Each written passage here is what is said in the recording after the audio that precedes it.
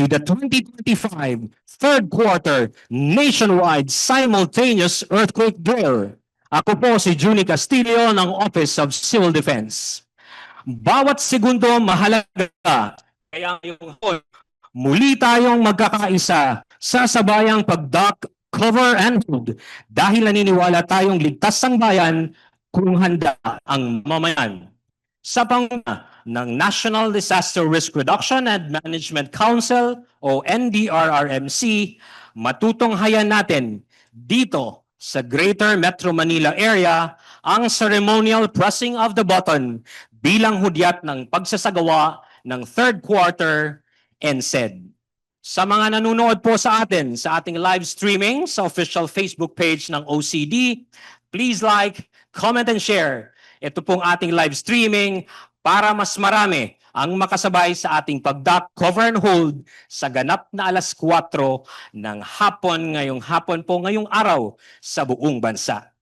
And now, to formally welcome us to our third quarter NSED activity, let us hear the message of the Executive Director of the National DRRM Council and Administrator of the Office of Civil Defense, Undersecretary Harold N. Cabreros.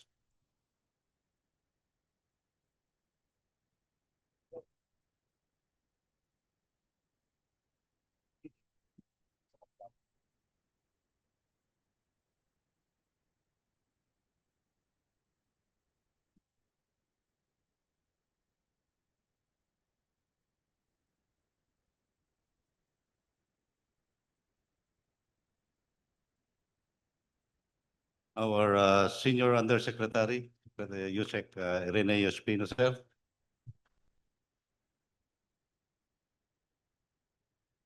Members of the National Disaster Risk Reduction and Management Council, our officials and employees of the Office of Civil Defense, members from the Armed Forces of the Philippines and the Philippine National Police, other agencies present, magandang hapon po sa inyong lahat. Sa ating mga kasamahan sa serbisyo publiko mula sa iba't ibang ahensya ng pamahalaan, sa ating uniform services, mga lokal na pamahalaan, pribadong sektor, mga academic institution, civil society organizations, sa pangkalahatang publiko, maraming salamat sa inyong patuloy na kooperasyon at paglahok sa ating quarterly nationwide simultaneous earthquake drill o NSED. At gayon din sa mga programa ng pamahalaan na naglalayong palakasin ang kahandaan ng sambayanan laban sa iba't ibang panganib na dulot ng kalamidad. Muli nating binibigyang diin sa araw na ito, ang pagpapatuloy ng NSED ay mahalagang bahagi para panatilihing handa ang ating sambayanan laban sa banta ng lindol. Batid nating lahat na ang lindol ay maaaring maganap anumang oras at nang hindi inaasahan. Ang banta na dulot nito sa buhay at mga ari-arian ng mamamayan ay nakakabagabag, lalo na kung ating isipin ang bilang ng mga maaaring masawi at masugatan kapag tumama ang tinatawag nating the big one. Idagdag pa natin ang panganib sa mga critical na pasilidad gaya ng mga ospital na matitigil sa normal na pagtakbo pag naganap ang malakas na lindol. Ang siyentipikong basehan tungkol sa epekto ng malakas na lindol ay nagbibigay babala at paalala sa atin na kailangan ang mabilisang pagkilos at pagtutulungan tungo sa kahandaan. Ang mga datos na naibibigay ng ating science agencies ay dapat na humimok sa atin na magsagawa ng mga hakbang upang i-minimize o bawasan ang panganib na epekto ng ganitong kalamidad. Maliban sa NSED, marami pang polisiya, programa at proyekto na dapat nating pagtibayin at isakatuparan. Maraming hakbang ang kailangan pang isagawa. Dahil dito, mahalaga ang kooperasyon nating lahat sa ibang aspeto ng paghahanda sa lindol, gaya ng pagsunod sa building code at pagsasaayos ng mga infrastruktura na vulnerable sa pagguho. May kasabihan, earthquakes don't kill, damaged building do. Mahalaga rin ang siguruhin na angkop at napapanahon ang mga emergency plans ng bawat pasilidad, mga komunidad at mga tahanan. Marami pang aspeto ang dapat pagtuunan ng pansin. Umaasa kami sa inyong patuloy na kooperasyon sa mahalagang aktibidad na nabanggit at hindi lamang sa pagbansang pagsasanay na ito. Samahan po ninyo kami sa mga susunod pang NSED at sa pagkamit ng mga mithiin ukol sa disaster risk reduction and management ng bansa. Mga mithiing nakatuon sa kapakanan at kaligtasan ng lahat. Maraming salamat po at mabuhay po tayong lahat. Thank you very much, CDA, sir. At sa pagpapatuloy ng ating programa, pakinggan naman natin ang mahalagang mensahe mula sa Philippine Institute of Volcanology and Seismology. Let us hear the message of our FIVOX Director, Dr. Teresito C. Bacolcol.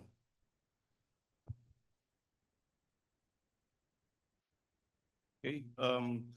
Yusek Renio Espino of the Department of National Defense, Yusek Harold Cabreros of OCD, Yusek Diana Ros Cahipe of this WD, Brigadier General Charlie Chu Jr., Lieutenant General Jimmy Larida, Attorney Jesse Howard Lanetti of the ILG, Attorney Romando Artes of MDA, Executive Director Lee Yan Ming of the ASEAN Coordinating Center for Humanitarian Assistance on Disaster Management, honorable colleagues in the government, partners from the private sector, civil society organizations, and everyone present, magandang hapon po sa inyong lahat. This afternoon, we are not marking a date on the calendar. We are testing how ready we are for a major earthquake. And when we say major earthquake, we're talking about the magnitude 7.2 earthquake that will be generated by the West Valley Fault. So this fault cuts across densely populated areas of Metro Manila and nearby provinces, making widespread damage a very real possibility. We are not here to dwell on fear. We are here to prepare, to act, and to endure.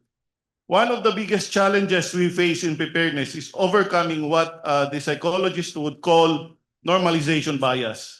This is the tendency to underestimate risks because nothing drastic has happened recently. This bias can lead to dangerous complacency, making us think that since major earthquakes have not happened in Metro Manila in recent memory, they are unlikely to take place soon. But earthquakes strike without warning. It is a matter of when, not if. They may occur during office hours, in the middle of the night, or while we rest. The only way to overcome normalization bias is to acknowledge the risks, prepare in advance, and act now to protect our communities. That is why today's drill simulates a nighttime earthquake when most people are vulnerable. Practicing under such conditions helps us expose weaknesses and strengthen our response so that more lives can be saved even in the hardest circumstances. But preparedness is not just the business of FIVOX or OCD or other government agencies. It is everyone's collective duty, whether in government, business, or in the community. Each of us has a role in making homes, schools, workplaces, and neighborhoods safe. I urge everyone to take this drill seriously. Let us use it to learn, to close the gaps, and to coordinate better. Working together, guided by science and committed to protecting lives, we can reduce disaster risk and safeguard our future. Maraming salamat po. Let us stay informed and stay prepared. Thank you very much, Director Bacolcol. Sa usapin ng DRRM, ang disaster preparedness pillar sa anumang level ng DRRM councils ay pinamumuno ng Department of the Interior and Local Government. Pakinggan naman natin ngayon ang mensahe mula sa DILG.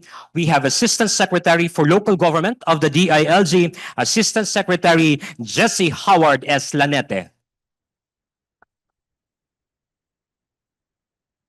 Undersecretary Ireneo Espino, the Senior Undersecretary of the Department of National Defense, Yusek Harold Cabreros, the Executive Director of the NDRRMC and Administrator, Office of Civil Defense, Dr. Teresito Bacolcol, Director of the Philippine Institute of Volcanology and Seismology, Undersecretary and my good friend Diana Rose Cahipe, ma'am, of the Department of Social Welfare and Development, Lee Yam Ming, the Executive Director of the AHA Center, Attorney Romando S. Artes, Boss, Chairman of the Metro Manila Development Authority, General Eric Macadambak, NCR-Com Acting Chief of Staff, Armed Forces of the Philippines, Brigadier General Armand Arevalo, the Commanding General, GHQ, HSC, AFP, Commodore Jeff Rene Naduco, Commander Naval Combat Engineering Brigade of the Philippine Navy, Brigadier General Ismael Mandamas, the Acting Deputy Chief of Staff for Operations, Commodore Christopher Meniado, the Commander of the Philippine Coast Guard, Adeline Sara Joy Artajo, Flag Secretary, General Charlie Chu of the Air Force. Ladies and gentlemen, fellow workers in government, magandang hapon po sa ating lahat. It's my honor to deliver the message on behalf of Secretary Juanito Victor Remulla of the Department of the Interior and Local Government. The third quarter nationwide simultaneous earthquake drill is more than a periodical activity. This is a deliberate step to prepare our people, a reminder that earthquakes strike without fair warning, without notice, and with no mercy. Ang kalamidad ay hindi nagpapasabi, pero ang pagiging handa, yan ay desisyon natin. Yan ay obligasyon natin sa ating sarili, pamilya, at komunidad. And I'm very pleased that our first responders, our local governments, and our communities are all into this.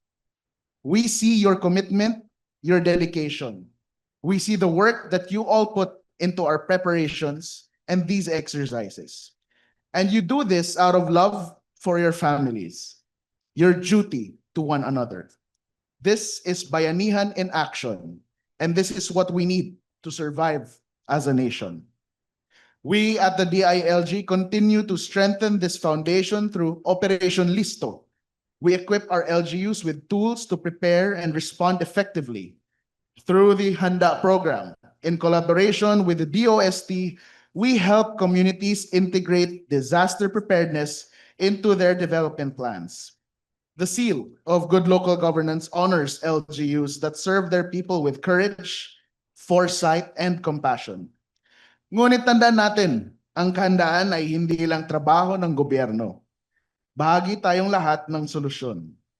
Kahit sa pinakamalayong barangay, bawat tahanan ay kailangang may plano, may kaalaman, at may tapang.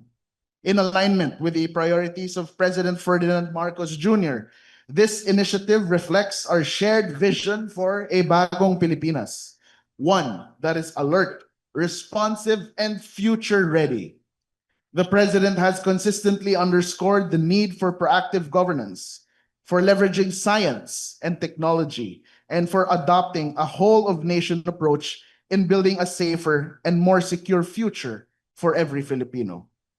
Sa ilalim ng pamumuno ni Pangulong Marcos, inuuna natin ang kaligtasan ng bawat Pilipino. Kailangan ng maagap at sistematikong paghahanda. Walang bagyo, lindol, o anumang panganib ang kayang tumalo sa ating tapang, malasakit sa kapwa, at pananampalataya.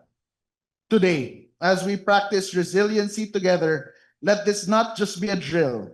Let this be a declaration that no matter the time and challenges, we, the Filipino people, are ready. Tayo ang Pilipinas na listo, Tayo ang Pilipinas na matatag. Tayo ang bagong Pilipinas na handa. Maraming salamat po sa inyong lahat at mabuhay ang bagong Pilipinas. Thank you very much, Asek Lanete. At mula sa disaster preparedness, dumako naman tayo sa disaster response pillar ng DRRMC na pinamumunuan ng Department of Social Welfare and Development. From the Disaster Response Management Group of DSWD, let us hear the message of Undersecretary Diana Rose S. Cahipe. Honorable Gilberto C. Chodoro Jr., represented by Senior Undersecretary Ireneo C. Espino, sir. Undersecretary Harold N. Cabreros, Executive Director, National Disaster Risk Reduction and Management Council and Administrator, Office of Civil Defense, sir. Honorable guests, fellow public servants, ladies and gentlemen, a safe and pleasant day to all. On behalf of the Department of Social Welfare and Development Secretary Rex Gatchalian, it is my honor to join you today for the third quarter National Simultaneous Earthquake Drill. As Vice Chairperson for the Disaster Response Pillar under the National Disaster Risk Reduction and Management Council, or the NDRRMC, the DSWD stands united with the entire nation in ensuring that we are not only prepared, but also resilient in the face of natural hazards. The Philippines, located in the Pacific Ring of Fire, is no stranger to disasters. From earthquakes to typhoons and volcanic eruptions, we have witnessed how lives can change in an instant. These tragic events reminds us that preparedness is not optional. It is essential. As the United Nations Office for Disaster Risk Reduction emphasizes, disasters are not natural. The hazard may be natural, but the disaster is man-made if we do not prepare. This powerful message reinforces our shared responsibility to build safer and more resilient communities through proactive planning, capacity building, and inclusive engagement. We have to internalize what it means to be genuinely ready. I urge each one of you to take the duck, cover, and hold practice seriously. Though simple, this action can spell the difference between safety and harm during a real earthquake. Today's nationwide drill is not just a routine exercise. It is a vital opportunity to strengthen coordination, improve systems, and deepen public awareness. Our goal is not only survival, but the preservation of dignity, well-being, and hope in the aftermath of disasters. Aligned with our DSWD mantra, bawat buhay ay mahalaga, we are committed to uplifting the lives of every Filipino, especially the most vulnerable. But safeguarding lives begins in our homes, our schools, our workplaces, and within ourselves. Let us reaffirm our collective commitment to building a disaster-resilient Philippines, where every individual is informed, empowered, and prepared, upang sa panahon ng sakuna, buong bansa handa. Maraming salamat po at mabuhay tayong lahat. Thank you very much, Yusek Dayan. Last year, the Office of Civil Defense has partnered with the ASEAN Coordinating Center for Humanitarian Assistance on Disaster Management, or the AHA Center. The project, it is for the enhancement and updating of the Harmonized National Contingency Plan, or HNCP, for the magnitude 7.2 earthquake due to the movement of the West Valley Fault affecting the greater Metro Manila area. For this third quarter NSED, we are testing the proposed enhancements to the response mechanisms laid out in the enhanced HNCP. Today, we are honored to have with us and to give his message of support the Executive Director of the ASEAN Coordinating Center for Humanitarian Assistance on Disaster Management. We have Honorable Lee Yam Meng.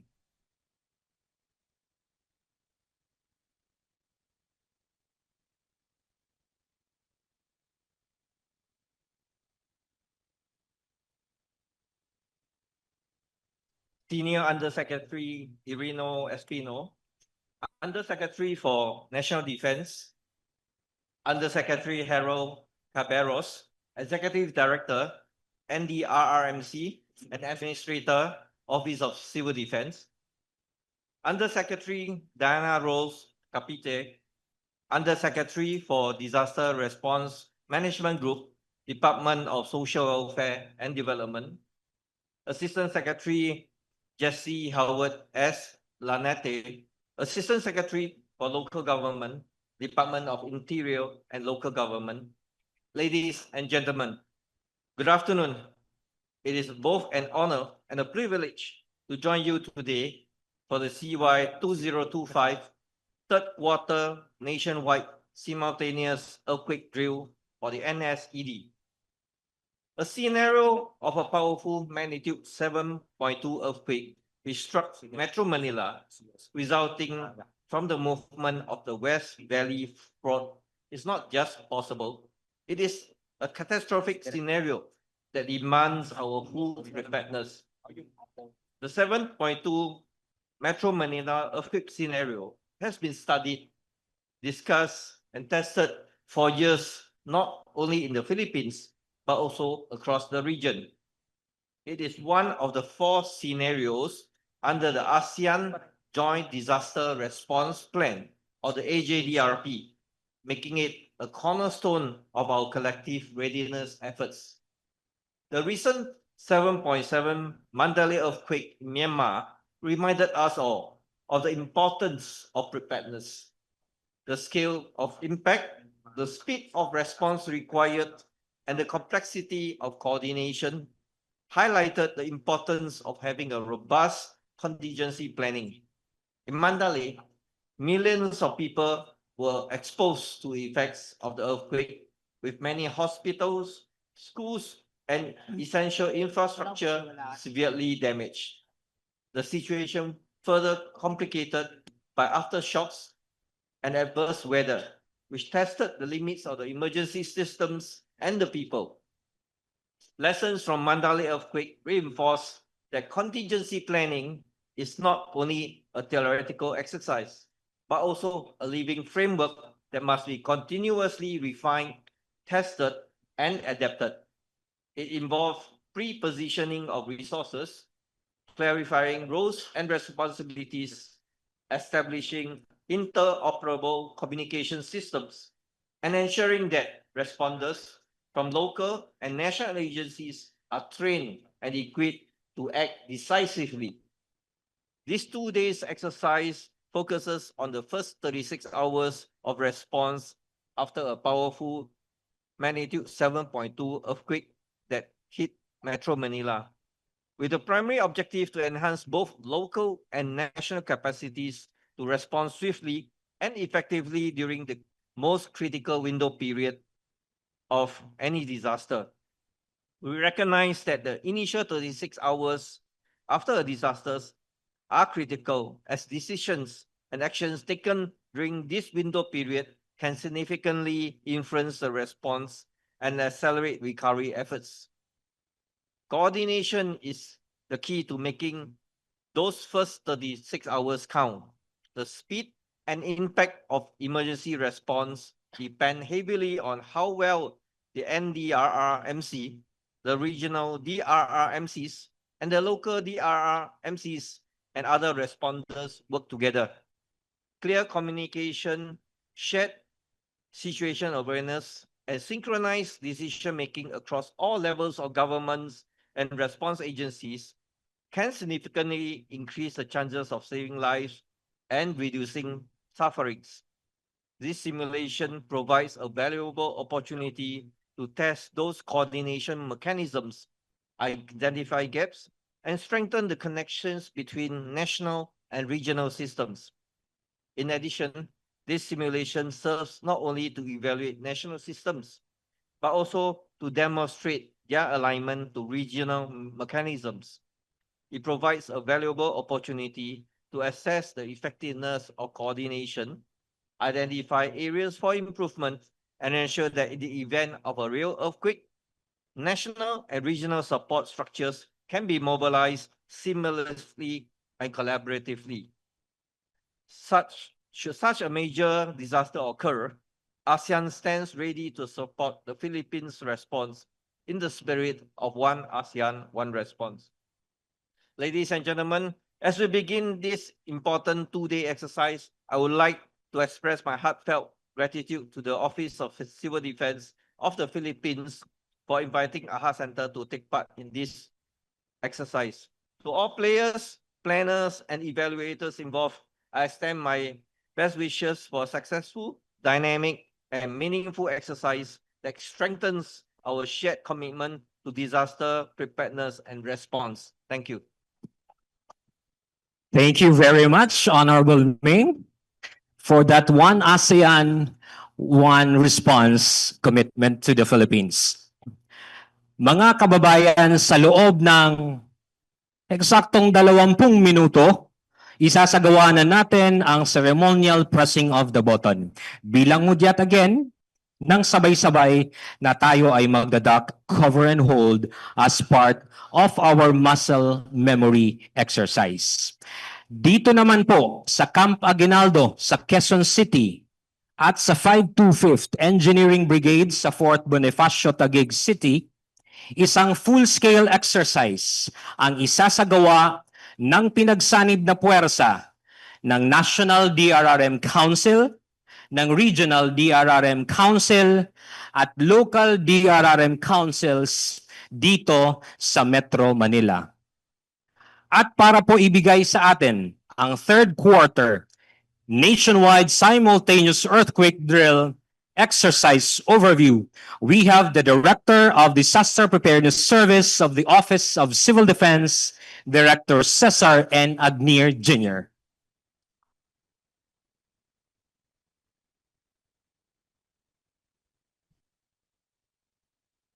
Maraming salamat, Juni. Ladies and gentlemen, as we have heard, this afternoon's simulation involves a 7.2 magnitude earthquake triggered by the movement of the West Valley Fault System. The scenario projects widespread damage across Metro Manila, Central Luzon, and Calabar Zone. To officially commence the activity, the ceremonial pressing of the button will happen at exactly 4 p.m. Thereafter, the full-scale exercise begins and will run through till 10 tonight, continuing until tomorrow, September 12, till 8 in the evening. This is a comprehensive test of our collective readiness. Preparedness is never the responsibility of just one group. It is a shared duty. That is why this exercise brings together our key agencies. We also have the regional dream councils from across the country and all local government units from the national capital region. Together, we represent the whole of nation approach to disaster preparedness. The overarching goal of this drill is clear: to assess the effectiveness and efficiency of our disaster response systems at the local, regional, and national levels. Through this scenario, we aim to test our emergency communications, our command and control structure, our interagency coordination, our logistics and resource management, and our search and rescue capabilities. At this point, allow me to make this clear. More than a simulation, it is a rehearsal of real-life readiness. In our scenario, at exactly 4 p.m. today, a magnitude 7.2 earthquake of intensity 8 strikes, shaking Metro Manila, Central Luzon, and Calabar Zone. Critical infrastructures have collapsed. Communities are disrupted. The challenge is massive. And so we come together, government, responders, and communities, to test how we respond as one. The maps on screen show the exercise venues and operational sites. These include Camp General Emilio Aguinaldo in Quezon City and the 525th Engineering Command Battalion, Combat Battalion Training Area at Libingan ng mga Bayani in Taguig City. Designated staging areas, access routes, bases of operation, and impact zones have been clearly planned.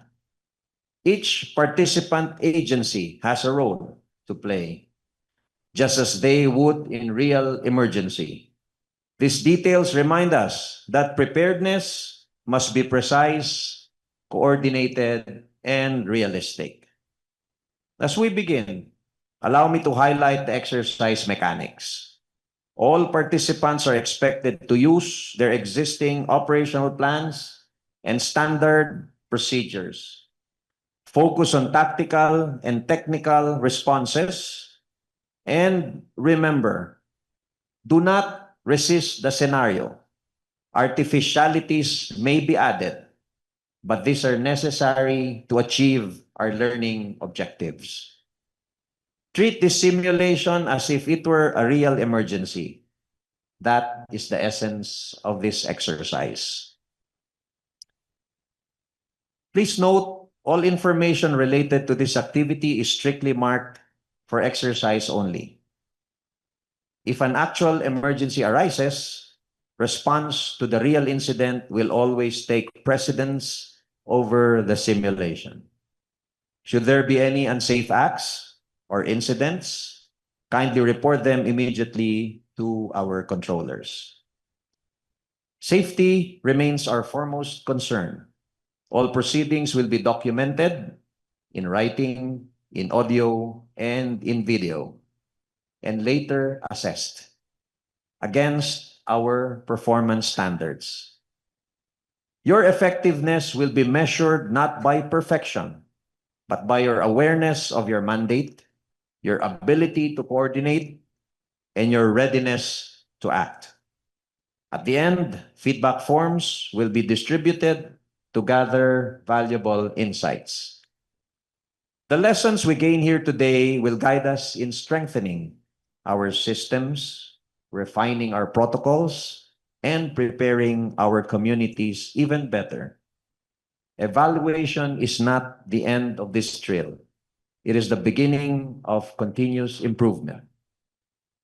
As we move forward to the actual conduct of the drill, let us keep in mind that preparedness saves lives. Every second counts in a disaster, and every decision we make matters. What we practice today will shape how we act tomorrow. Together, let us strive for a safer, stronger, and disaster-ready Philippines. Thank you, and let's proceed to the exercise proper. Good afternoon. Maraming salamat, Director Butch, for that overview and guidance sa isasagawa nating full-scale exercise. Exactly in 12 minutes. So may 12 minutes pa po tayo. And to consume that 12 minutes, pwede po nating ipakita for this full-scale exercise, ang ating pong ititest, as I mentioned earlier, is the enhancement of the Harmonized National Contingency Plan for the magnitude 7.2 earthquake of the West Valley Fault. So we'll just have a few slides to present, if you could present that. So noong 2019 po, nagkaroon tayo ng formulation of the Harmonized National Contingency Plan noong 2019 based na rin doon sa Metro Manila Earthquake Impact Reduction Study noong 2004. Ngayon po, nitong nakaraang taon po, dahil nagkaroon ng partnership the AHA Center and the Office of Civil Defense, we had the project for the enhancement and the updating of the Harmonized National Contingency Plan in this partnership. So the next few slides, I'll show you. For the next slide, the MMIers has laid out the worst case scenario, based on the Harmonized National Contingency Plan. The next slide po, ipakita natin ang scenario na nakalagay doon, which is a magnitude 7.2 earthquake. If you can turn to the next slide, nandun din doon, ipinapakita ang goals and objective ng ating NCP, which is to carry out the response mechanisms. Sa West Valley Fault po, itong tatlong rehiyon ng ating tinitignan, ang Calabarzon Region, maapektuhan, ang National Capital Region, maapektuhan, at saka ang Calabarzon o Region 4A. So dito po sa next slide, makikita natin, ito po ang nakalagay na maaring epekto o impact sa populasyon natin. Tatlong rehiyon pa rin po itong numero na ito. Sa next slide naman po, if we can zoom in to the National Capital Region, ang National Capital po region, because of the build-up of the infrastructure, because of the river systems sa NCR, tinitingnan po that there could be separation or isolation at the National Capital Region. That's why for the next slide, it will show you the separation. Previously, we call that quadrants. Now, we call it sectors. So meron po tayong North Sector, meron tayong South Sector, at meron tayong East and West Sector. Sa next slide po, ipapakita natin dito, kapag tumama po ang the big one due to the movement of the West Valley Fault, dito po sa mga lugar na ito, for the next slide, we will show you that each of these areas, there will be a need for the reestablishment of the alternate emergency operation center. Ibig pong sabihin, tinitingnan kasi na maaring sa mga lugar na ito, compromised ang ating mga facilities, ganun din yung ating organizational structure. Sa next slide po, ipapakita natin kung saan mula sa National Emergency Operation Center, yung tatlong regional Emergency Operation Center at yung 4 po na sector, doon po mag-i-establish ng ating mga Emergency Operations Center. Dito po sa 8 areas na ito, meron tayong nakatalaga na mga assisting regions. Sa next slide po, ito pong listahan. Ito po ang naka-identified po na mga assisting regions, which means all those who are non-affected regions will be assisting the National Capital Region, the Calabarzon Region, and the NCR. All right. For now, let's see our time. Exactly, we have 8 minutes before 4 o'clock. Sige, yung next 2 slides, we can do with that. Alright, kasama din po sa pag-reestablish ng ating mga Emergency Operations Center, there also will be activated the response clusters. At the moment, we have 15 response clusters which will also be coming from our assisting regions. For the next slide, we are showing you the interoperability of the Emergency Operations Center. IMTs will also be formed, papunta po doon sa mga ating affected regions. And sa ating pong, do we still have another slide? So we still have what? We have 7 minutes to go. So ito pong ipinakita namin sa inyo na Harmonized National Contingency Plan Enhancement and Updating. Ito po ang ating ititest ngayong third quarter nationwide simultaneous earthquake drill. All right, we exactly have what? Still 6 minutes to go. All right, so have 7 minutes to go. While we are waiting for that time, perhaps we can have a quick photo opportunity first, no? With our principals. Habang hindi pa oras ng pag-duck, cover, and hold, may we request our principals to please stand up to be in position for the pressing of the button. Sirs, may we request our principals po to please stand for a quick photo opportunity while waiting for the time.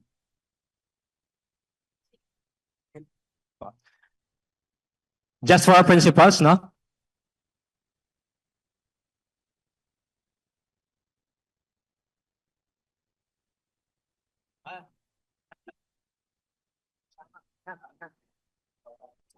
yan na pala sila.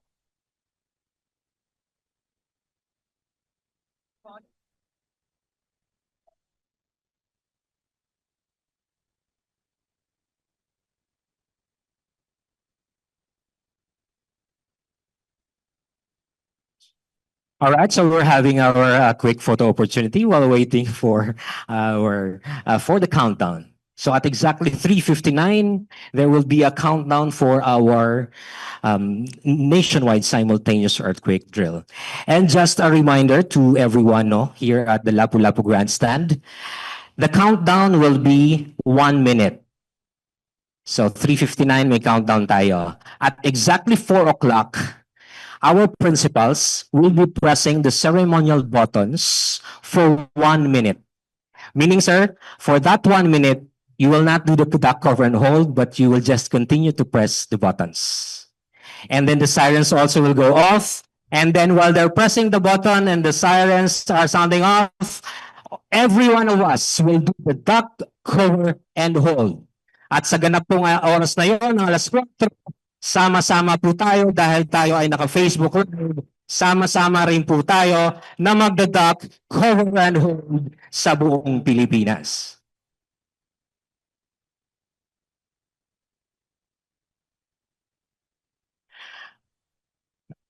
All right, so we still have 5 minutes.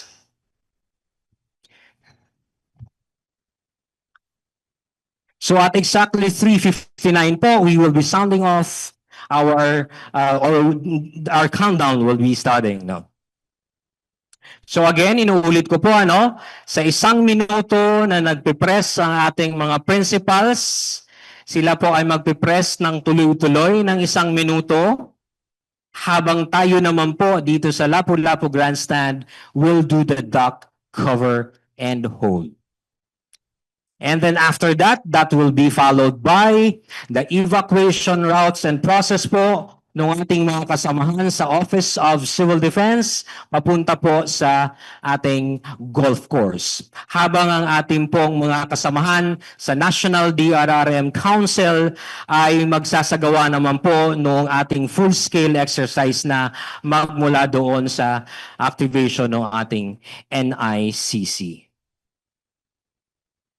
So it's now 3:57. In 3 minutes, we will be doing the simultaneous duck, cover, and hold.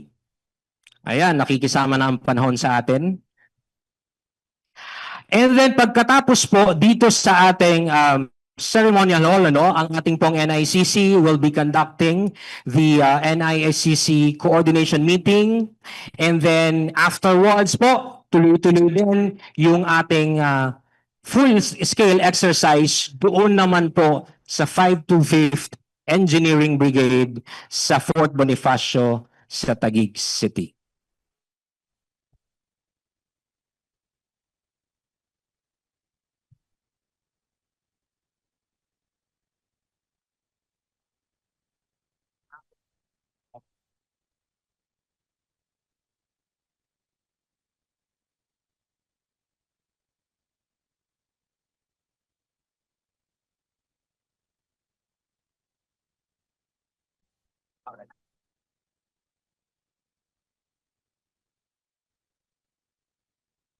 Para po sa mga kasamahan ko sa OCD, hindi na po muna natin gagawin yung evacuation procedure papunta sa golf course. So after the duck and cover and hold, dito na raw po muna tayo para at least makapanood na tayo dun sa gagawing exercise at saka medyo umulan po kasi papunta doon sa golf course. Doon naman po sa mga susunod, papunta sa 525th Engineering Brigade, yung mga sasakyan po, inaabisuhan po na mas maigi po na ang labas natin will be at the gate 2. Tama sir, no? At the gate 2 of the Camp General Emilio Aguinaldo, ito po yung Afslay Gate, no? Punta po ito palabas ng EDSA para diretso po kayo papunta doon sa Fort Bonifacio.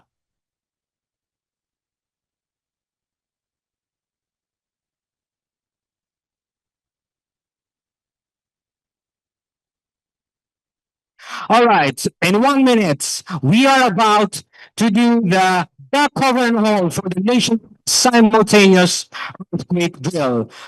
Participants, now you are at your positions for the ceremonial pressing of the button. Mga kababayan, naniniwala tayong ligtas ang bayan kung handa ang mamamayan.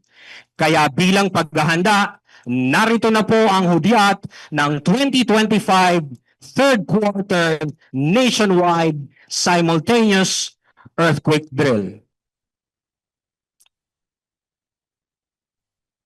Bawat segundo mahalaga, kaya sabay-sabay tayo magdadak, cover, and hold in 10, 9, 8, 7, 6, 5, 4, 3, 2,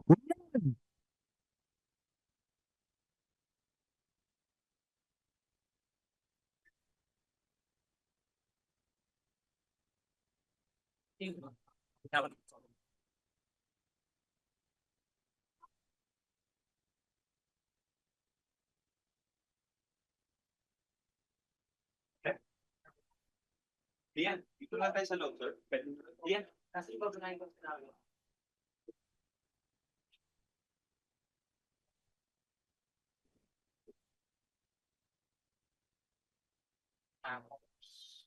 Pakihan ko pa sir or okay na sa iyo?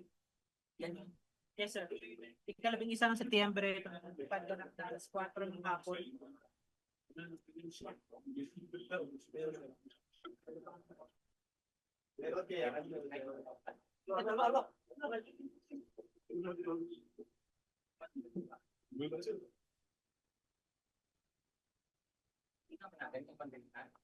Ay sir, 1 minute na. Tapos na? Yes po. Ikalabing isa ng Setyembre 2025, ganap na alas 4 ng hapon. Sa gitna ng karaniwang abala sa Mandaluyong City, biglang yumanig ang lupa. Isang magnitude 7.2 na lindol ang tumama, naramdam sa buong Metro Manila, sa Calabarzon at sa Central Luzon. Ang mga gusali, ang mga dingding, ang mga kalsada, bitak na bitak at saka nag-uunahan ang mga tao palabas sa mga tanggapan, sa mga eskwelahan, bahay. Agad pong pinatunog ang mga alarma sa evacuation areas at nagtipon-tipon ang mga empleyado at residente.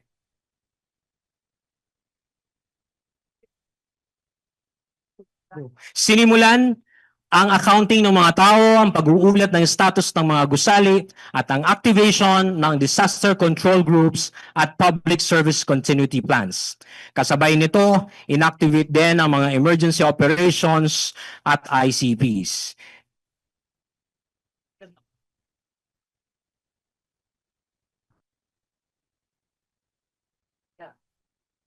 Yan, pakinggan ulit. Pupunin ko lang yung ako.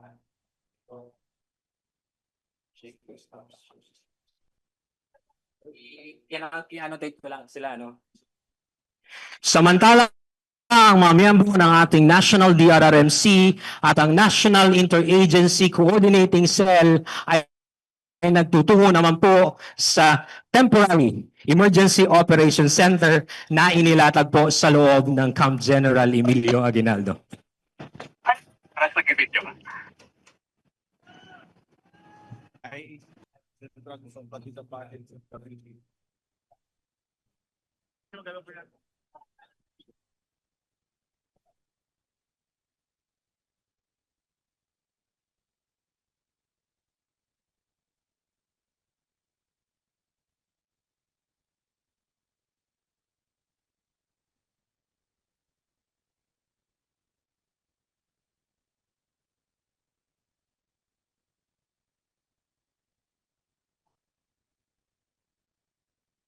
Sir, pwede mo lang i-ano yun. Pinansin mo na yung ano.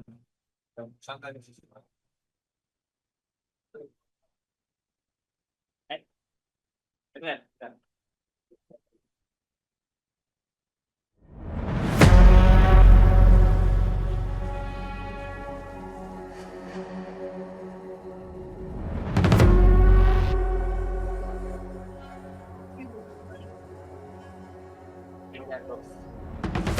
At this stage, building administrators and floor wardens will lead their respective offices and group to calmly exit their structures and proceed to pre-designated open areas. Please be reminded to avoid using narrow passageways, stairwells with debris, or hazardous zones such as areas with exposed electrical wiring or glass. These evacuation protocols are designed to prevent secondary injuries during actual emergencies.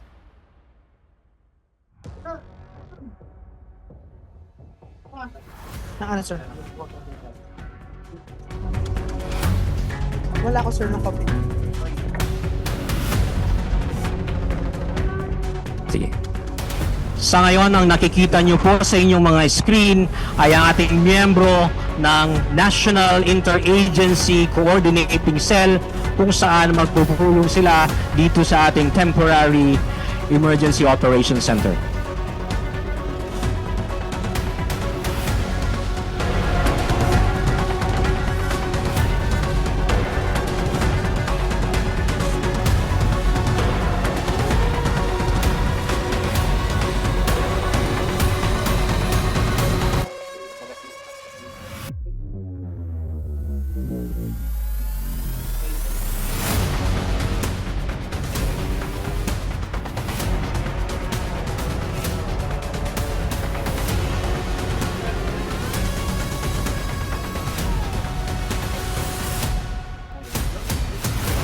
Ating pong National Interagency Coordinating Cell ay pinamumunuan ng ating chairperson of the NDRRMC.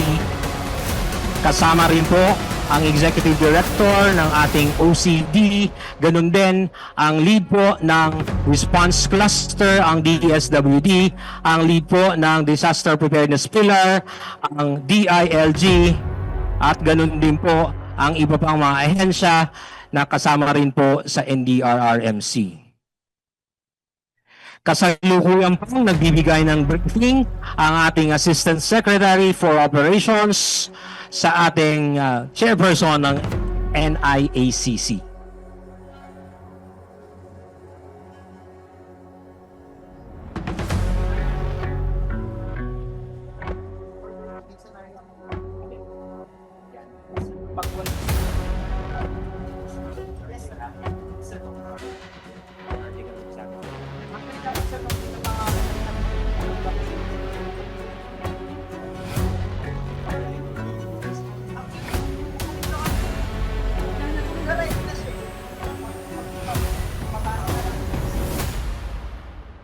So wala ka na to ah.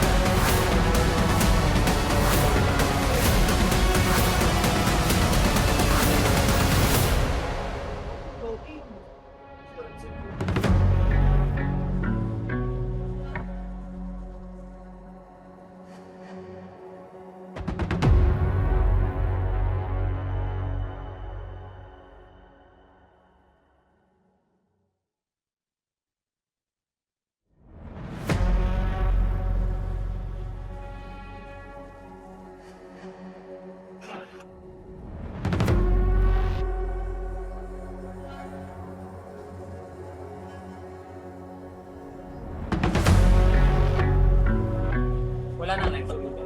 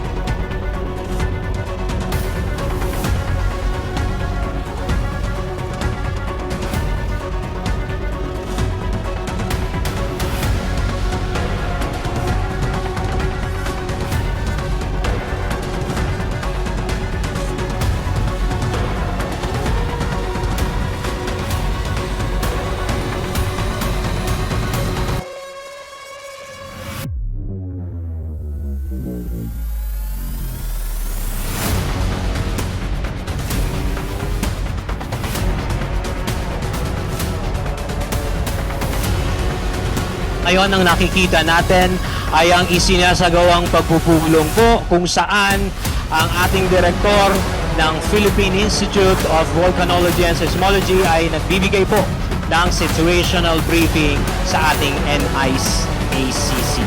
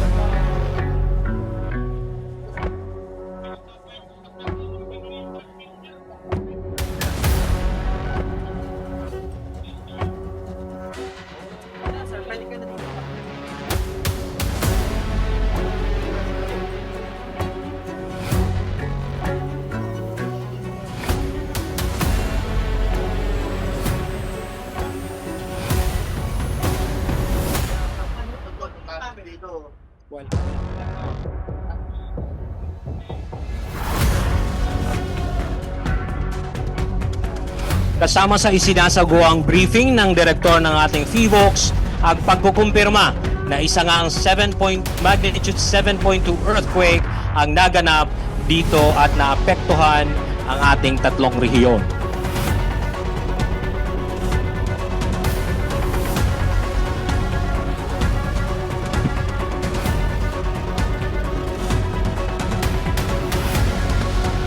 Kasalukuyan din pong nagbibigay ng rekomendasyon ang ating NIACC at ang ating Executive Director Defense Secretary Yusek Harold Cabreros, at siya po ay nagbibigay ng kanyang rekomendasyon sa ating chairperson ng NIACC.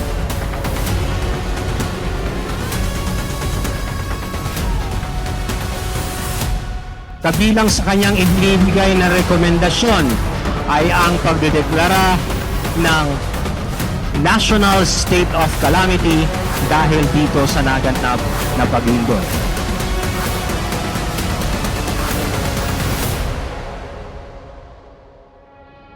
Kabilang din dito sa ibinibigay niyang rekomendasyon ang pag-activate din po nitong ating Harmonized National Contingency Plan for the magnitude 7.2 earthquake.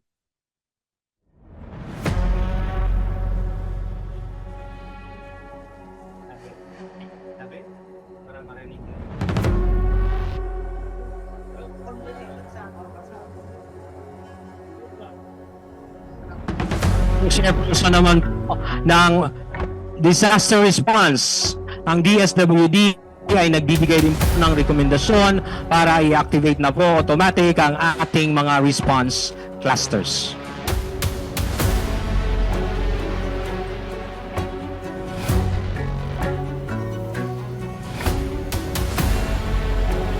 Kabilang din po sa inirekomenda ay ang pag-request na po ng international humanitarian assistance.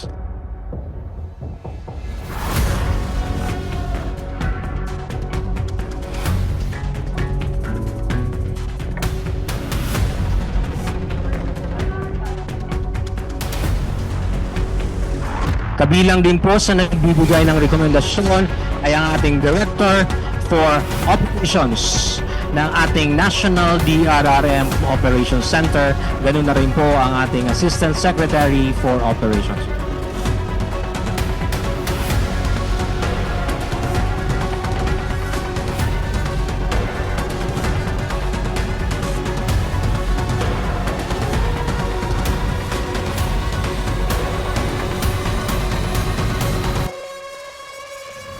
Ipinaparating din po nila sa ating chairperson ng NDRRMC at NIACC ang mga paunang natanggap na ulat mula sa mga apektadong rehiyon.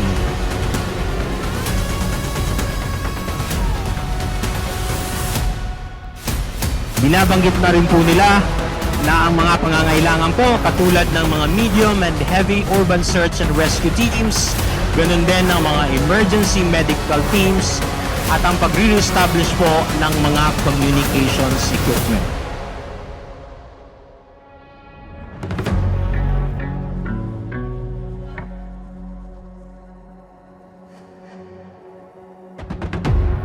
Sa ngayon po, ang ating chairperson ng National Interagency Coordinating Cell ay nagbibigay na po ng kaniyang guidance kung ano ang mga nararapat na gawin.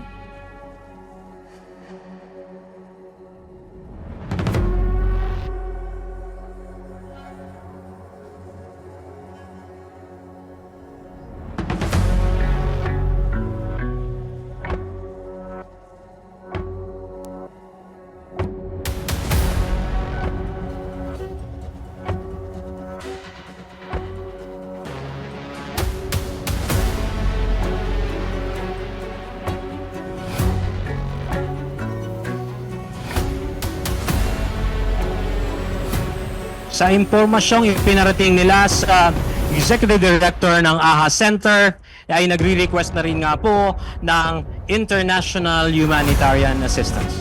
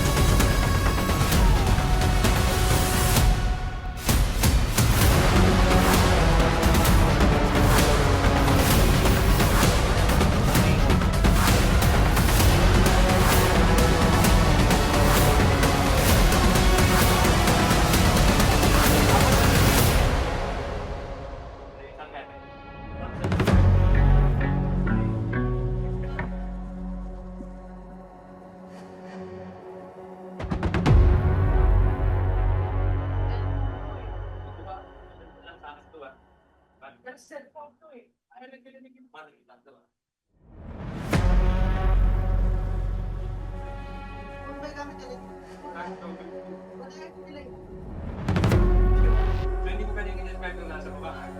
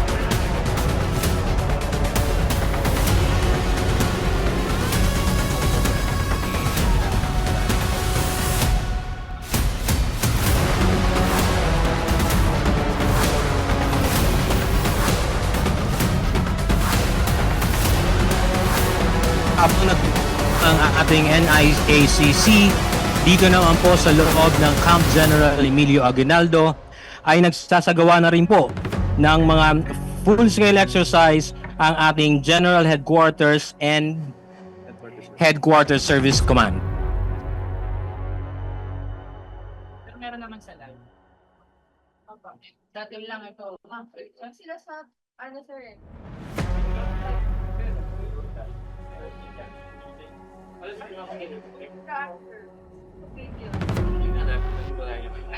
According to the scenario, the General Headquarters and Headquarters Service Command building has been reported as having collapsed due to the strong simulated earthquake. It is presumed that multiple individuals, staff, and personnel were inside the structure at the time of the incident.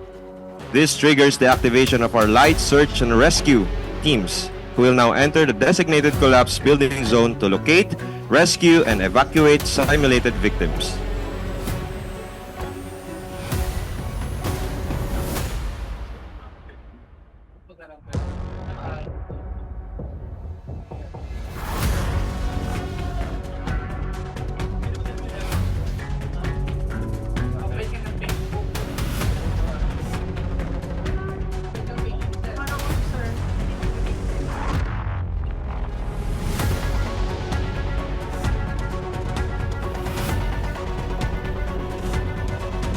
Sir, okay ka lang po, sir, ha? Kunti na lang, sir, at inasikas ko na po namin. Okay, sir? Wait lang, sir. May lalabas ka na naman, sir. Okay? Okay, okay na? Sir, kung naririnig mo kami, sir, ha? In-response, sir, ha? Ihipitan mo lahat. Sir, pakihugot mo. Okay. Dito sa isket. Okay, ito. Hawak ka. 1, 2, 3. Wag mo na ito. Ito. Okay, Ito yung... Isket pa. Wala. Hawak. Ayan, hawak ko. Okay, hawak ko ulit. Dalawa yan. Kailangan yan doon. Yung isa, yung sa zone. Pero i-move natin pa natin. Okay, sir, mabubukan namin ang tanda. Okay, okay, go. Wait lang. Hawak mo, ha? Okay, sir. 1, 2, 3. Take. More. Push. Okay. Hawak ulit. Skull parts sa may ano. Sa may leg. Di pa tanda ako. Yan. I-pasok mo yan doon. Yung dito sa ulo. Asan yung ano? May ano kayo? Graphic bandage. Elastic para dito sa ikon. Ito kailangan. May elastic kayo dyan. Saan ito naman? Sir, pwede pa po na elastic sa atin. Sige. Ito, para sa... Hindi. Sir, dito ka. Dito, pagkalikan mo. O, sige. Sige, alalay. Tulungan dito. Yung kamay ni sir, wala naman. So, naipit lang talaga. Skull part. Skull part, ha? Okay. Okay, mamaya na yan, sir. Iyan mo ng skull part. Saan na lang. Asan yung ano? Ito, Butin mo muna, sir. Okay, so ano yan? Wait, ito. Dandan na. Sige. Kulit. Okay, muna. Ato. Alis din ako. Alis ako.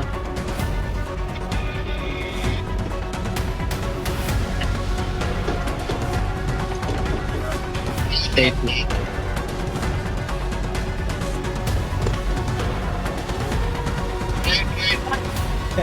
Ay, higit na natin yung service ng service.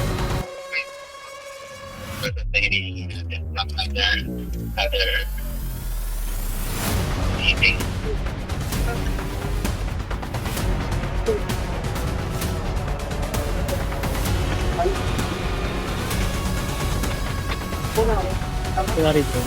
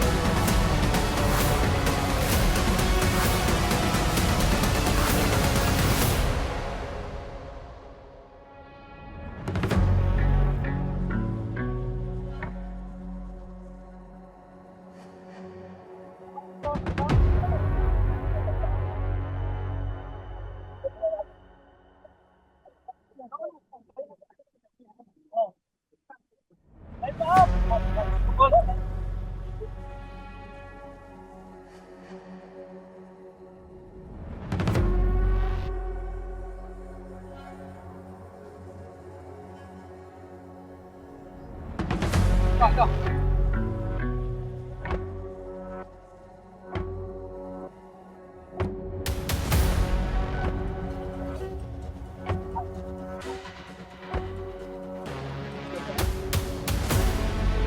na dyan sa...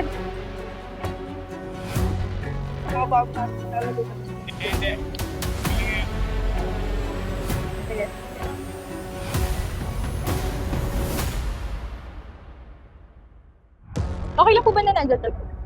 Okay lang po ba na nandyan yung tagit? Yung tagit po, okay lang.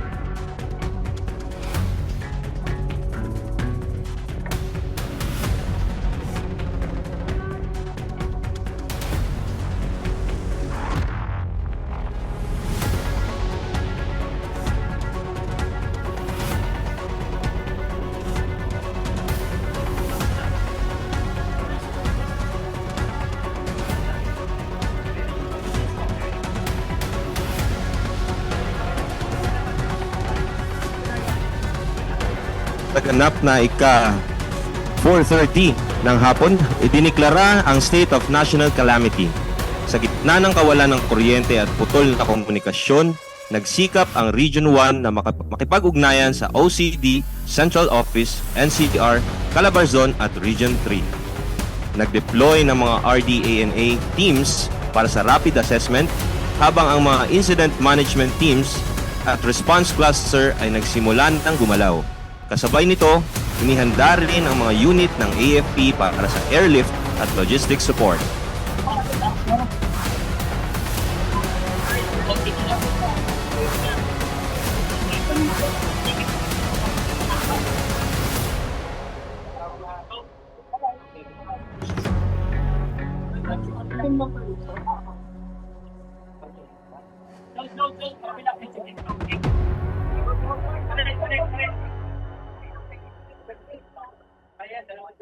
Transport na yan?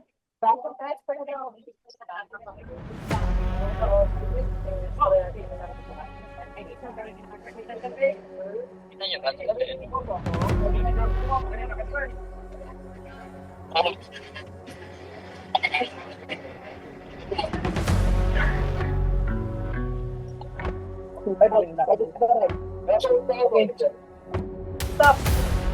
Body on the face! Move! Ready to down the patient, on the ground! Slowly!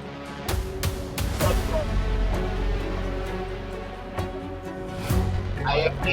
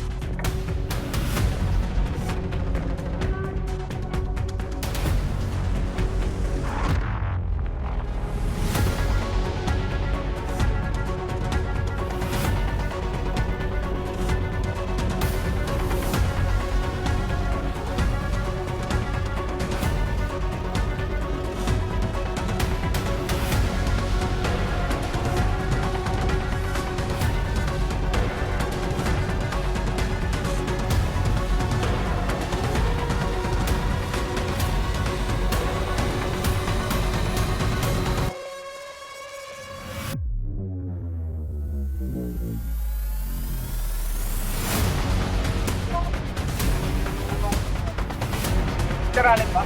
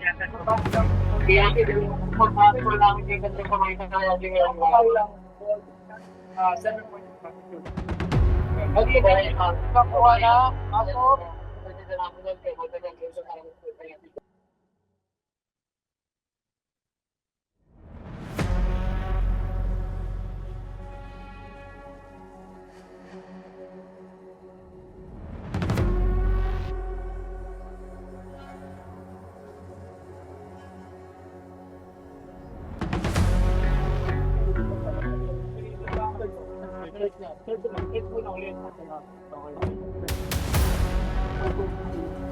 wala pang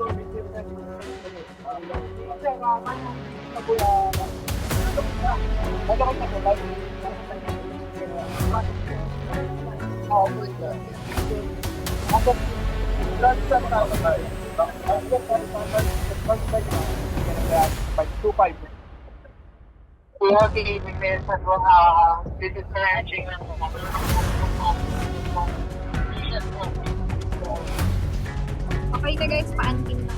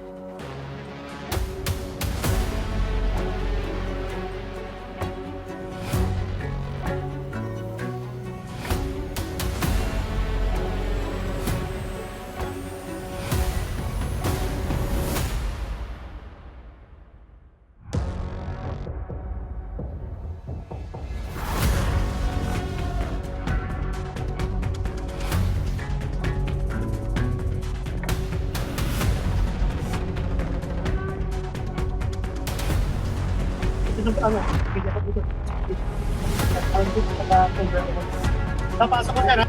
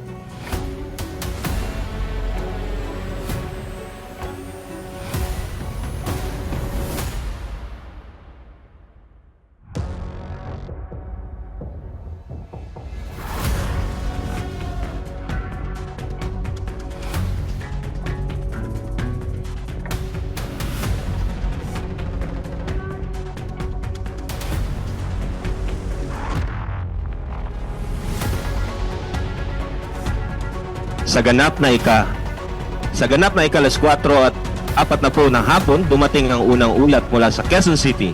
Maraming pangunahing kalsada ang hindi madaanan dahil sa pagbagsak ng mga overpass at flyover. Ang mga alternatibong daan ay puno ng mga sasakyan at evacuees na nagmamadaling makaalis sa sentro. Nagbigay ng direktiba ang Metro Manila Disaster Risk Reduction Management Council Emergency Operations Center na mag-deploy ng mga SRR teams upang linisin ang mga debris at tumulong sa mga trapped individuals. Ang IMT naman ay nag-request ng karagdagang kagamitan mula sa NEOC.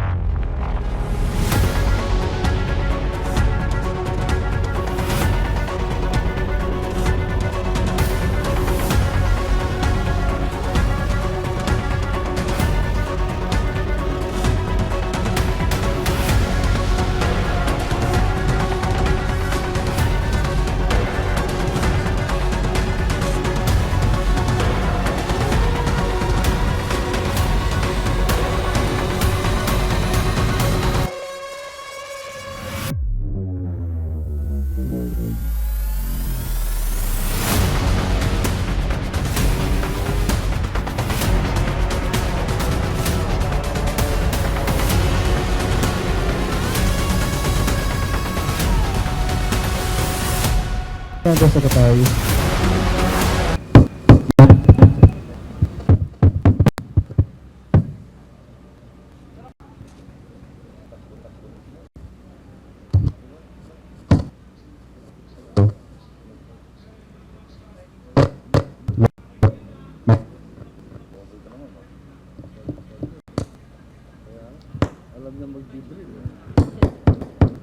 Mic test. Hello. Mic test. So po ang ating for our press con for night. Our heads for this press con is first our the Secretary of National Defense, Yusek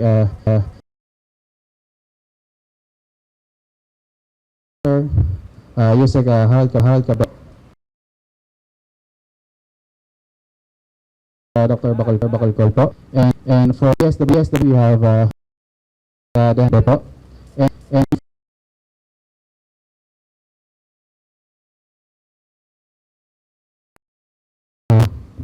so we will have first from page from we have a message from Yusek Erineo Espino, sir.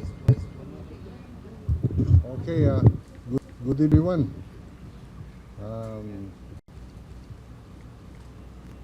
Siguro nakita ninyo, meron tayong third quarter earthquake drill exercise at different scenarios ang kita natin, and so very satisfied.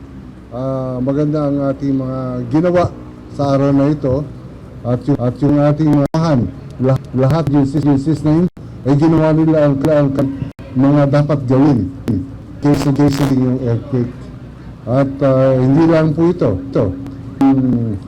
Yung ating gawa na ito ay mga tao ngayon na natin, meron silang dapat gawin sa lahat ng aspeto ng earthquake. So, ito ay in-undertake ng OCD, maturuan ng ating mga tao kung ano dapat gawin pag mga sakutulad ng earthquake. siguro nakikita ninyo na nandiyan lang agencies ng gobyerno natin sama-sama para ma-address, ma-minimize natin casualties, ang magbiktima ng earthquake. Po tayo dito, nandito para pag kung darating man yung Bill 1 na sinasabi natin. At nakikita natin ang involvement ng lahat ng agencies. At ako ay very happy, satisfied sa kanilang mga pinagkagaro na ito. Yes, Speaker, sir. Expect message from Civil Defense Administrator, sir. Ganito lahat. Una tayo nagpapasalamat sa lahat ng ating ahensya no, at including yung LGUs dahil sa cooperation at participation nila dito sa ating ginagawang simultaneous earthquake drill.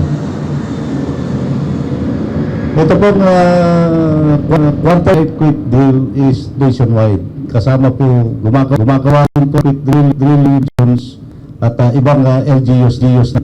Kaya hindi lang po dito. However, ito po sa national, ang ine-exercise natin ngayon yung tinatawag natin National Contingency Plan case of the 7.2 earthquake order. Ito yung ine-exercise natin ngayon. Kasama po yung mga lahat ng ahensya gobyerno, maroon po yung civil society stations at dito tayo ngayon, observer natin from the ASEAN Humanitarian Assistance Center, yung AHA Center na sa Indonesia. So nandito rin sila and also may observer po tayo galing sa Thai Army. Sila observe paggawa natin ng extra to. At exercise ay kasama lahat kung anong ang gagawin ng bawat ehensya. Mamaya po ipapaliwan natin mga kasamahan, especially nandito po yung lead ng ating runs cluster at ang preparedness cluster. Ang response cluster lead yung DSWD, ang preparedness cluster yung ating DILG. Tuhan po lahat naman kung kulang pa at ano pa ang kailangan natin.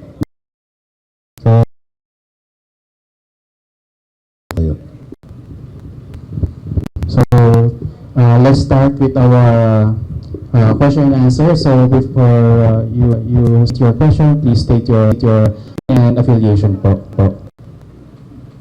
So po.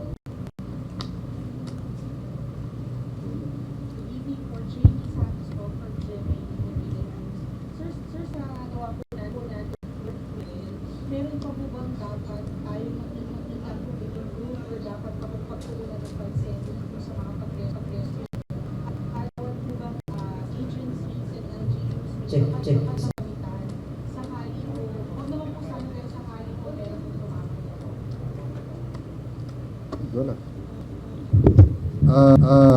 Kanina, ang ko yung mga equipment na nandito dito.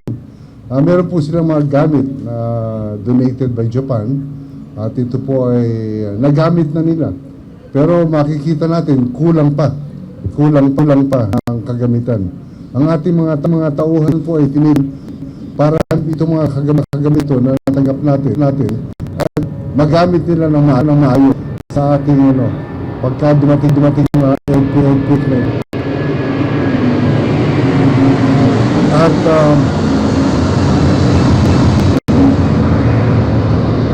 sinabihan ko ang lahat ng siya kung pwede tayo magprograma ng mga gamit na ito para magkaroon tayo ng mga kagamit para labanan kung dumating migwan.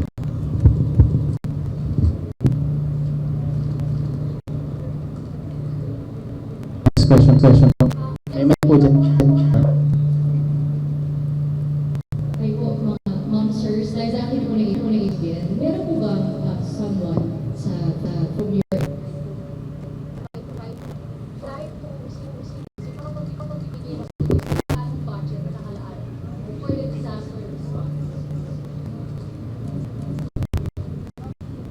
talking about the budget for the response on what? On what? Okay. Yeah, because if it's a real question, ma'am, about disaster response, each agency po kasi we have what is called as the fund. It's the National Disaster Risk Management Fund. Po ay naghahatian ng mga ibang ahensya with National Disaster Risk Reduction Management Fund. Nandiyan po yung tinatawag natin na QRF. Dito po kami kumukuha, for example, NSED. Dito po kami kumukuha ng funding. This is replenishable. Sa pag natin ng ating mga family food packs, po yan, mga non-food items, and that we use disaster response. That is on the DFWD side. Aside from that, if there's a need for financial assistance, dun din po muku. Yung tanong how much ang nagagamit, usually natin yan basta-basta na estimate, it's as need arises. But on our side, with regards to positioning of yung lagi nating ina-anticipate during disaster response, because we are trying to be active, not reactive. So just going back to your question as amount, depende po yan kung ilang bago, ilang lindol ang maaaring mangyari. Nevertheless, if it so happens po that the National Disaster Risk Management Fund ay maubos, meron pa rin naman pong ginagawang hakbang so that we can still respond just in case maubos po ito, because really we so unpredictable po to be able to determine all the hazards that can happen in 1 year, ma'am. Follow-up question ako for aside from the SWD for the other systems of the civil defense. Sa equipment yung kulang pa po natin yan. Do you have plans of procuring new equipment next to improve when it comes to not just earthquakes but for other natural disasters that we usually encounter for our government service?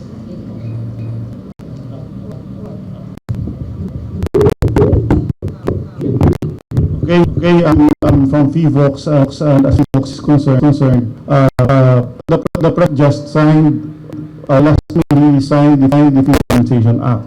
And with the FIVOX Modernization Act, we would be getting 5 billion pesos, no, 7 billion spread in 5 years. So this is not for disaster response, but augment our equipment. For example, we only have right now we have 125 seismic stations spread all over the country. But for the size of the Philippines, 300. The ideal number of seismic stations would be 300. So 300, 925, that would be 170. And current yung budget sa through GAA, we only augment. We can only add 4 seismic stations a year without modernization. So that would take 175 divided by 4. That would take 40 years para makumpleto natin yung ideal ng stations. So that's the reason why the President signed the FIVOX Modernization Act, and with that, ma-fast track natin yung paglagay ng mga seismic instruments. Instead of waiting for 40 years, makumpleto natin 5 years.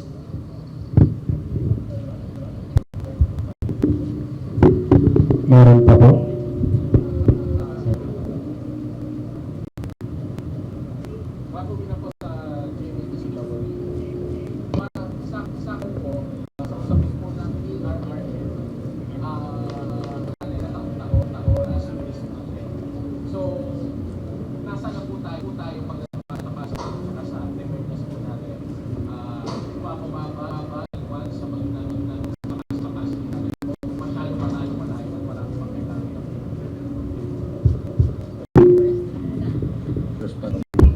Yes, sir. Thank you for your question.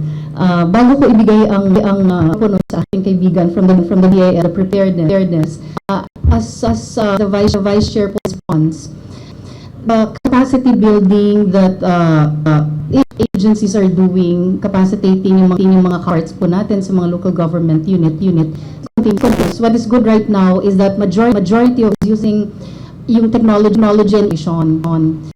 Hindi ko po kailangang i-describe sa inyo what is happening now, because even if walang mga bagyo, kahit walang pangalan, habagat, the shear line, the low pressure area. These are causing in the different areas in the country. Before po kami SWD, ang pinaghahandaan lang namin, we prioritize the eastern seaboard. But for this year, there are certain low pressure area that are developing even in the west, and it's causing problem with the side of the sa west side. So using innovations, use capacity building, use partnership with not just among agencies but with international partners. Tuloy-tuloy po ito because that is the only that they're saying. Of course, it's so difficult to control, but what we can do about it is really just to prepare for it, anticipate, and do the best that we can now to anticipate the problems, man-made or natural, that can happen to the user.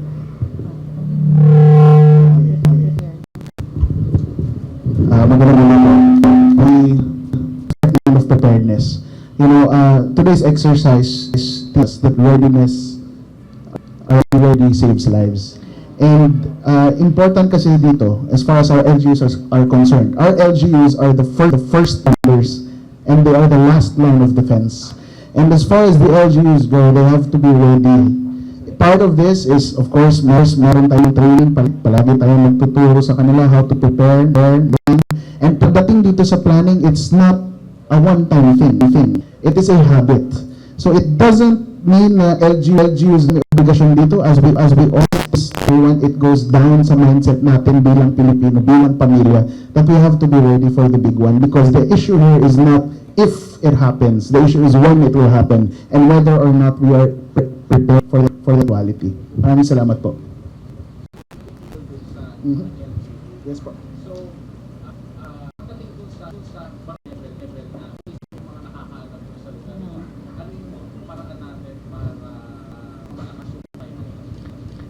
Point. Yung barangay nga natin, they are the first responders na, and it's important that barangays are equipped with the proper equipment and the training, because we're not properly trained as well. You're more likely to do harm than. So it's important that our personnel are all updated yung sa training nila. Nagbibigay tayo ng capacity development, the council itself, and like to give credit where it's due. The NSED has been taking an participation sa pagtitrain ng mga first responders. Tandaan natin when it comes to the big one, ang kalaban ng agency is complacency. The moment that we are complacent, that's the time that we are the most vulnerable. So it's important for us to always be at the ready and always continue to develop. You had a question kasi earlier on how we think our level is at the moment. If we are ready, you can never say that you're ready. You have to continue to become better. You have to continue to evolve, continue to improve, and always have more opportunities to be prepared. Okay, thank you.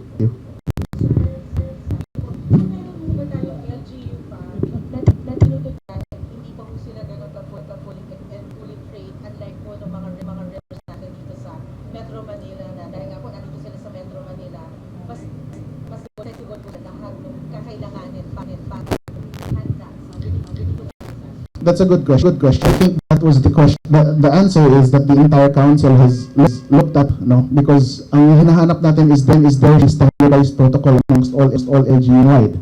So there's the reason why operation list was developed by the council and by the DILG to ensure that LGUs know, for example, ganitong level of bands, several graduated steps of operation, so that we ensure none is left behind. Thank you. If I may add to that lang, ma'am, like mentioned, sa National Disaster Risk Reduction Management Council ngayon, as much as possible, the convergence of agencies, we try our best because resources, as we all know, depends on the availability of fund. So if that's the case, kailangan ng resources natin na mamax siya. Now, with regards to yes that you've been mentioning, lalo na po sa amin sa DLP, yan po talaga ang inaabot namin, the geographically isolated area, of course the most vulnerable people in the country. Yan ang talagang tinat natin, because the impact of a disaster to people who are very vulnerable or poor, mas grabe po. Now, the area, we see to it that we also preposition to them. Perfect example, Taan, na po natin, Batanes, it is so difficult to go to Batanes kasi pag nagtaas na ng gale warning, that one of the difficulty, and even if available naman po ang Navy, ang to help, it's still difficult to reach them, which is why we see to it that we preposition the maximum number of goods that we can use. The food box of the DSWD, good for a family of five for 2 to 3 days. So it's 3 days, it's giving us 3 days to be able to replenish. Para makasigurado lang po tayo na meron kaagad sila magagamit just in case a disaster hits in the area. So we do really wait for them to ask help. We are done before the disaster hits the place, ma'am. And I'm not just speaking for the DSWD, that is how the full works po right now. Anyone pa? So with that, yung question kanina on how prepared tayo. Of course, we cannot be prepared, but say that we're more prepared now than say 20 or 30 years ago. We brought the social na kumalat yung information. The downside is that madali rin kumalat yung mga fake news. So, for example, if there's an earthquake somewhere, what happened in Kamchatka last July 30, there was a big earthquake, and then overnight yung mga tao sa Facebook naging earthquake experts. So kahit na sinasabi, so that's the downside. But again, mas malitulong ng social media sa pagkalat ng information. And again, malaki ding tulong yung ginagawa ng OCD ngayon, like what we're doing now, sa ng kamalayan ng ating mga kababayan. Nabanggit kanina, but again, this that we did today is unique because